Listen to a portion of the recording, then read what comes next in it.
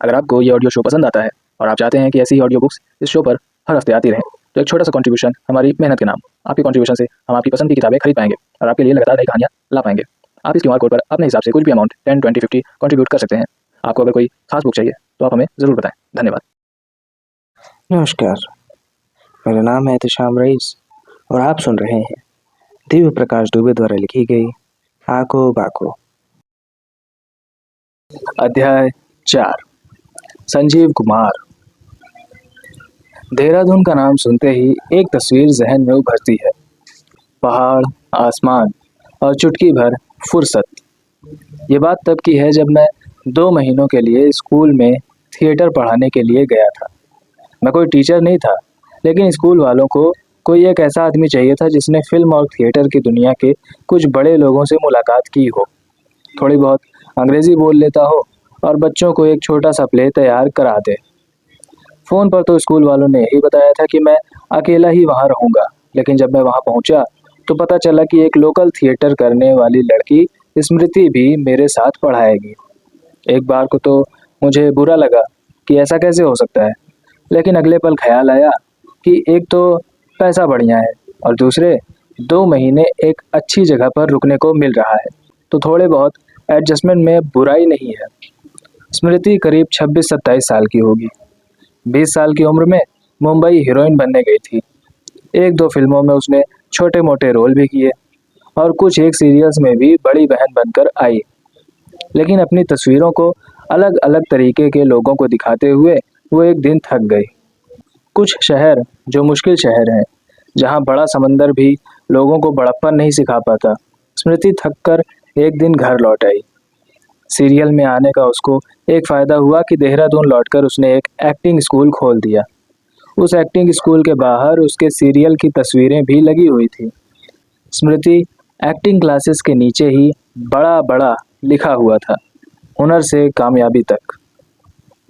वह जानबूझकर कभी इस लाइन को नहीं पढ़ती थी, क्योंकि यह लाइन घूरकर उसको चिढ़ाती थी। उसको कई सारे लोकल स्कूल में काम मिला हुआ था। अंग्रेजी कॉन्वेंट स्कूल था और उनको ये दिखाना पड़ता था कि उन्होंने किसी बाहर के एक्सपर्ट को बुलाकर प्ले करवाया है, इसलिए उन्हें मजबूरन उसे बुलाना पड़ा। उसने मुंबई में 2-4 प्ले किए थे। हाँ, प्ले बनाए बहुत हैं, लेकिन वो प्ले कभी हुए ही नहीं। स्कूल वाले भी ज़्यादा पैसे खर्च करना नहीं चाहते थे, इसलिए उन्होंने कहीं से उसके बारे में सुना कि अच्छा आर्टिस्ट है, अभी ज़्यादा फेमस भी नहीं हुआ है, इसलिए बुला लिया गया था। स्मृति से मेरी पहली मुलाकात ना बहुत अच्छी रही ना बहुत ख़राब।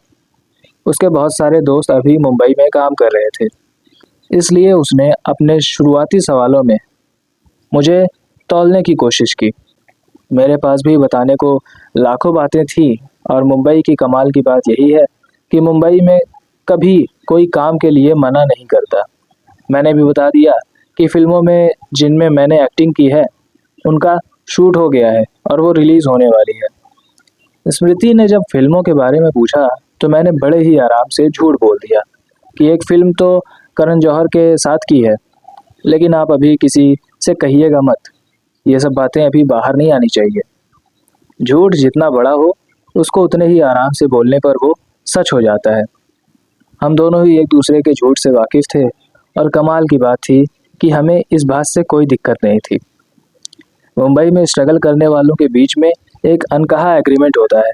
शुरुआत में मुझे लग रहा था कि किसी के साथ मैं कैसे काम करूंगा, लेकिन उसके साथ जब मैंने 2-3 क्लासेस कर ली तो मुझे एहसास हुआ कि स्मृति के होने से आराम ही है।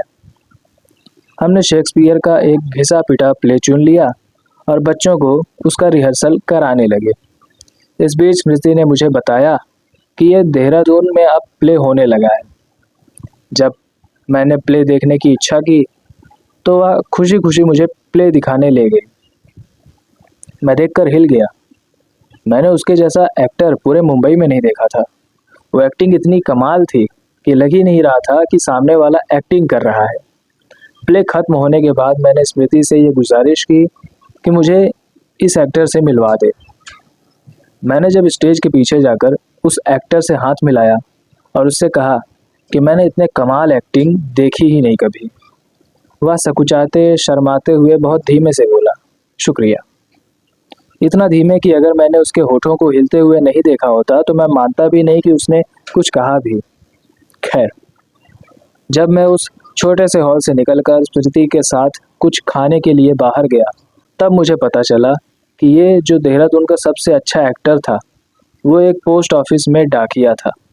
थोड़ा मोटा, थोड़ा थुलथुल सा, बिखरे हुए बाल, कद काठी से बिल्कुल संजीव कुमार की याद दिलाता हुआ। मैं जब संजीव कुमार की फिल्में देखता हूँ तो सोचता हूँ कि हिंदुस्तान का सबसे बड़ा एक्टर संजीव कुमार को क्यों नहीं बोलते। क्योंकि मेरे पास 2 महीने का समय था, तो मैंने सोचा कि मैंने जो आखिरी स्क्रिप्ट मुंबई में लिखी थी उसको देहरादून में परफॉर्म कर लिया जाए। शायद कुछ चमत्कार ही था। जो मुझे जिस उम्र का और जैसा एक्टर चाहिए था, वो डाकिया ठीक वैसा ही एक्टर था। वो स्क्रिप्ट शायद उसके लिए ही लिखी गई थी। मैंने स्मृति से जिद करके उस डाकिया से मिलने का सोचा। जब मैं उस ऑफिस गया तो वह ढेर सारी चिट्ठियों पर ठप्पे लगा रहा था। उसके ठप्पे लगाने में एक रिदम था, एक संगीत था। जैसे चिट्ठियों पर ठप्पे लगाना इस दुनिया का सबसे खूबसूरत काम हो। हर शहर में ऐसे तमाम लोग मिलते हैं जो अगर शहर छोड़ देते हैं तो पूरी दुनिया में उस शहर को पहचान दिला देते हैं। वो कभी शहर छोड़ने की हिम्मत नहीं कर पाते, इसलिए अपने ही शहर में एक दिन अजनबी होकर रह जाते हैं। एक बार ऋतिक रोशन की एक फिल्म का कोई छोटा सा हिस्सा देहरादून में शूट हो रहा था। पोस्टमैन साहब का उस रोल के लिए सिलेक्शन भी हो गया, लेकिन जिस दिन शूटिंग थी उस दिन की छुट्टी अप्रूव नहीं हुई। उस रोल के छूट जाने की ना कभी किसी ने शिकायत सुनी, ना कभी किसी से उन्होंने शिकायत की ही। जिस दिन शूट हो रहा था उस दिन वो वापस अपने ऑफिस में चिट्ठियों पर ठप्पा लगा रहे थे। उन चिट्ठियों पर ठप्पा लगाने में एक संगीत था, उनमें कोई गुस्सा नहीं था। स्मृति ने हमारी मीटिंग की बात पहले से कर रखी थी। उन्होंने हमें इंतज़ार करते देखा और बिल्कुल इत्मीनान से हमें पोस्ट ऑफिस के पास वाली चाय की टपरी पर ले गए। टपरी तक जाने के दरमियान हमारी कोई बात नहीं हुई। मैंने ही हाथ बढ़ाकर कहा, सर मैं पुनर्वसु हूँ। उन्होंने जब हाथ बढ़ाया तो हाथ एकदम ठंडा था, जैसे कि उनका हाथ मिलाने का मन ही ना हो। मैंने उनकी कमीज पर नाम पढ़ा, मोहन जोशी। मोहन जोशी ने जब चाय वाले को 3 चाय बनाने के लिए इशारा किया तो भी एक शब्द नहीं कहा। मुझे समझ नहीं आ रहा था कि वो मुझसे बात नहीं करना चाह रहे हैं, उनको प्ले नहीं करना, या वो ऐसे ही हैं। आप स्क्रिप्ट दे दीजिए, मैं देखता हूँ, कुछ समझ नहीं आएगा तो पूछ लूँगा। मैंने रोल के बारे में समझाना चाहा, लेकिन मोहन जोशी ने मना कर दिया। मैं पहले पढ़ लेता हूँ। उस मीटिंग के बाद लौटते हुए मैंने स्मृति से कहा, यार ये कुछ अजीब नहीं है, कुछ बोला ही नहीं। स्मृति उनके बारे में थोड़ा बहुत जानती थी। वह बोली, वो जीनियस है। मुझे स्मृति की बात पर यकीन नहीं हुआ। इस प्ले में हमें 2 लोग चाहिए थे। मोहन जोशी से मिलकर मुझे यही लगा कि मुझे इस प्ले के बारे में सोचना ही नहीं चाहिए। अगले दिन मोहन जोशी ने हमें शाम को बुलाया। मैंने पूछा, कैसा लगा आपको? पोस्ट ऑफिस में इक्का दुक्का लोग थे। मोहन जोशी उठा और थोड़ा आगे जाकर उसने ऐसे पोजीशन ली जैसे हम पोस्ट ऑफिस में नहीं किसी थिएटर में बैठे हों। इससे पहले मुझे कुछ समझ आता, उसने मेरी स्क्रिप्ट का एक सीन करना शुरू कर दिया। मैं ये देखकर सकते में था कि उस स्क्रिप्ट के सबसे मुश्किल सीन को मोहन जोशी ने इतने आराम से कैसे कर लिया। मैंने फिर भी ये जानना चाहा कि उसको स्क्रिप्ट कैसी लगी। उसने जवाब दिया, ठीक है, कर सकते हैं। हालांकि उस मीटिंग में आने से पहले मेरे मन में डाउट था, लेकिन मोहन जोशी ने सब साफ कर दिया। लेकिन सामने एक नई समस्या थी, वो ये कि हमें इस प्ले में एक 35 साल की महिला की भी ज़रूरत थी, वह भी ऐसी जो अच्छी एक्टिंग कर लेती हो। स्मृति की उम्र थोड़ी कम थी, वह कोशिश करके भी उस रोल के लिए फिट नहीं हो रही थी। मेरे दिमाग में ये आइडिया आया कि जब एक अच्छा एक्टर हमारे पास है तो क्यों ना किसी ऐसे को लिया जाए जिसने कभी एक्टिंग की ही ना हो। स्मृति को ये बात अच्छी लगी। अब देहरादून जैसे शहर में एक ऐसे एक्टर की तलाश जिसकी उम्र 35 साल हो और वह रिहर्सल के लिए समय दे पाए, साथ ही उसको स्टेज पर आने का डर ना हो, ऐसा कोई आसानी से मिल जाना तो संभव ही नहीं था। उधर स्कूल में प्ले की तैयारी ठीक चल रही थी। स्कूल की प्रिंसिपल भी समय समय पर आकर हमारी तैयारी को देखती रहती थी। मुझे उनके बार बार आने से दिक्कत नहीं थी, उनके फालतू के सवालों से ज़्यादा दिक्कत थी। उन्होंने शायद गूगल में कुछ एक्टिंग के बारे में 2-4 आर्टिकल पढ़ लिए थे। उनके सवाल मेथड एक्टिंग से शुरू होते थे और पता नहीं कहाँ कहाँ चले जाते थे। एक समय के बाद उनको जवाब देना मुश्किल हो रहा था। उनके हर सवाल का मेरे पास एक ही जवाब होता, मैम आप इन बच्चों की परफॉर्मेंस में देखिएगा। स्मृति से ही मुझे ये पता चला कि मोहन जोशी ने शादी नहीं की है। उनके परिवार में भी कोई आगे पीछे नहीं था। हमने सोचा कि जब तक फीमेल एक्ट्रेस नहीं मिल रही है तब तक प्रैक्टिस तो शुरू ही की जाए, टाइम क्यों वेस्ट करें। इसी चक्कर में हम रोज़ शाम को पोस्ट ऑफिस पहुंच जाते और पोस्ट ऑफिस खाली होने के बाद वहां पर ही प्रैक्टिस शुरू कर देते। एक दिन ऐसे ही जब स्मृति और मैं ऑफिस पहुंचे तो मोहन जोशी डरे सहमे हुए अपनी सीट पर बैठे हुए थे। पोस्ट ऑफिस के कैबिन में एक मैडम बैठी हुई थी जो आते जाते एक दो बार दिखी तो थी।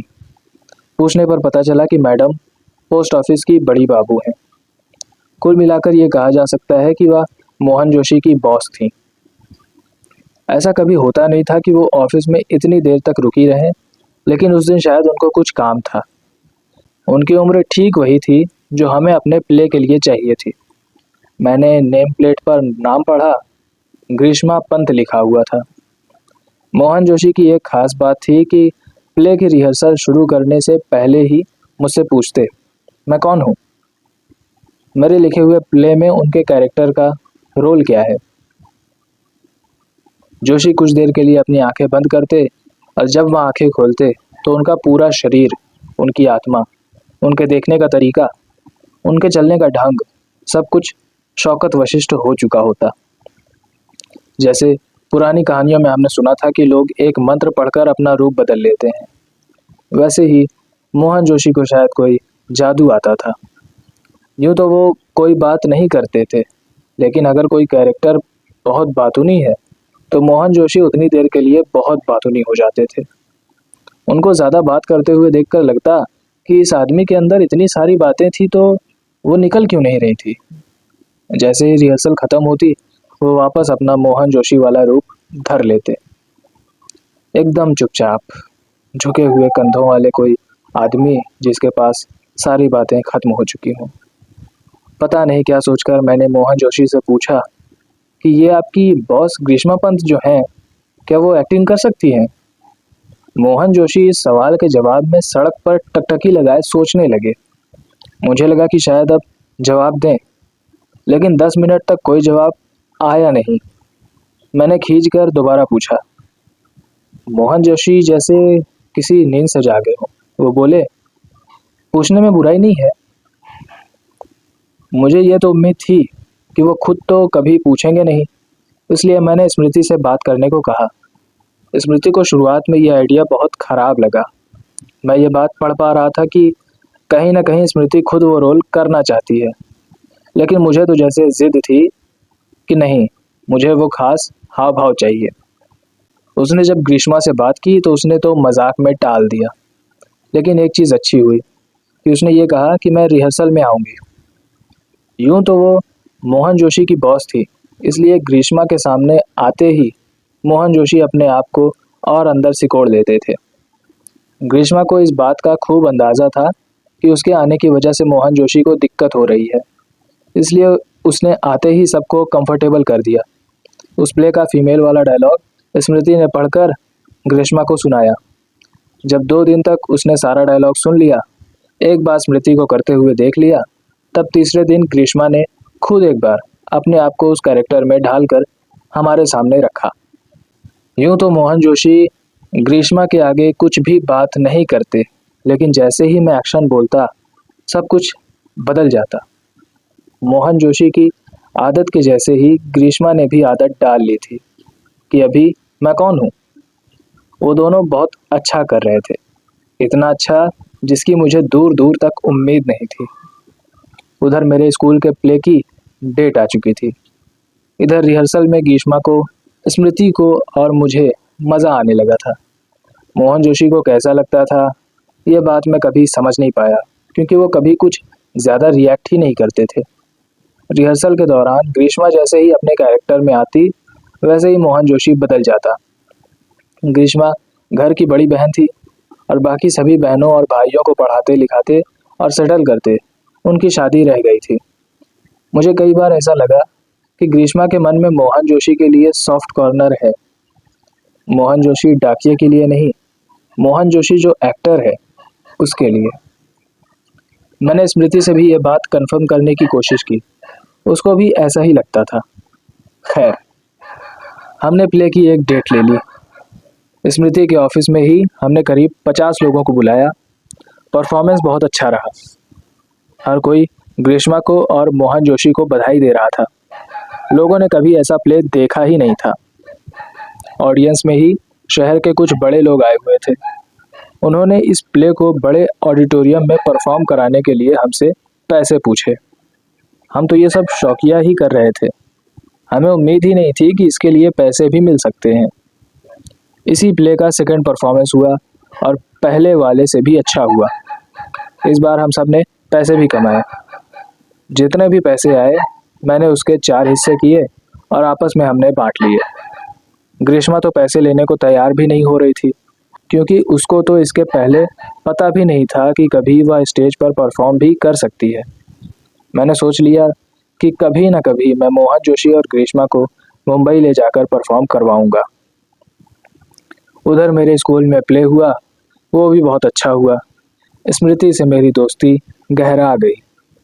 मैंने उसको सच बता दिया कि मेरी कोई फिल्म नहीं आने वाली। ये सुनकर उसको कोई अचरज नहीं हुआ। उसको इस बात का अंदाज़ा था ही। उसने भी सच बता दिया कि उसका ड्रामा स्कूल बहुत अच्छा नहीं चल रहा। धीरे धीरे मेरा देहरादून से जाने का समय आ चुका था। जाने से पहले हमने सोचा कि क्यों ना हम सब लोग साथ में एक डिनर करें।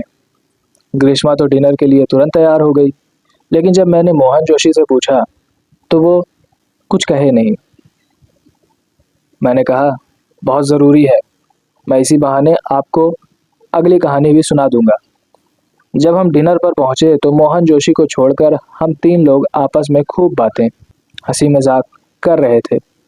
इस बीच एकदम से मोहन जोशी ने मुझसे पूछा, आज मैं कौन हूँ? हम सब इस सवाल पर खिलखिलाकर हंस दिए। ग्रीष्मा ने कहा, आज तुम संजीव कुमार हो और मैं जया भादुड़ी। मोहन जोशी ने कहा, कोशिश कोशिश फिल्म वाले? ग्रीष्मा ने कहा, हाँ, कोशिश फिल्म में संजीव कुमार और जया भादुड़ी बोल और सुन नहीं पाते थे। थोड़ी देर में ग्रीष्मा ने फिल्म का नाम और हीरो का नाम बदल दिया। जैसे ही वो हीरो का नाम बदलती, मोहन जोशी उस फिल्म के वही हीरो हो जाते और ग्रीष्मा उस फिल्म की हीरोइन हो जाती है। होटल के बैकग्राउंड में जो गाना बज रहा था वही उनकी फिल्म का गाना हो जाता। हम उस कहानी के साइड एक्टर हो जाते, जो टिपिकल से होते हैं ना, हीरो का दोस्त, हीरोइन की सहेली। ये सब कुछ एक जादू के जैसे हमारे सामने हो रहा था। मुझे 1-2 बार ये भी डाउट हुआ कि कहीं मैंने ज़्यादा पी तो नहीं ली, लेकिन ऐसा नहीं था। मुंबई लौटने के बाद मैं मोहन जोशी जैसा एक्टर अपने प्ले के लिए ढूंढता रहा। मुझे कोई वैसा नहीं मिला। आखिरकार मुझे वो प्ले बंद करना पड़ा। मेरा काम ठीक ठाक चलता रहा। मैंने मुंबई में एक एक्टिंग स्कूल खोल लिया, जहां मैं स्कूली बच्चों को एक्टिंग सिखाता।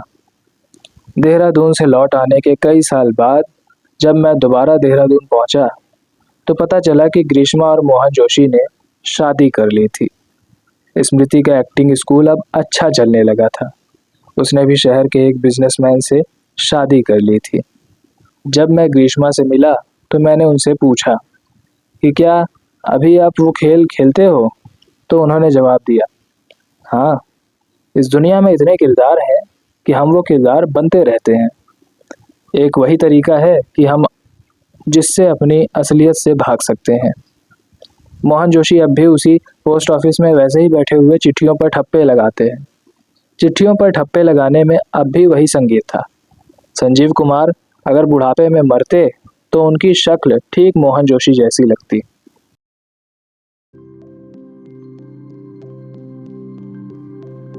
subscribe, subscribe, subscribe.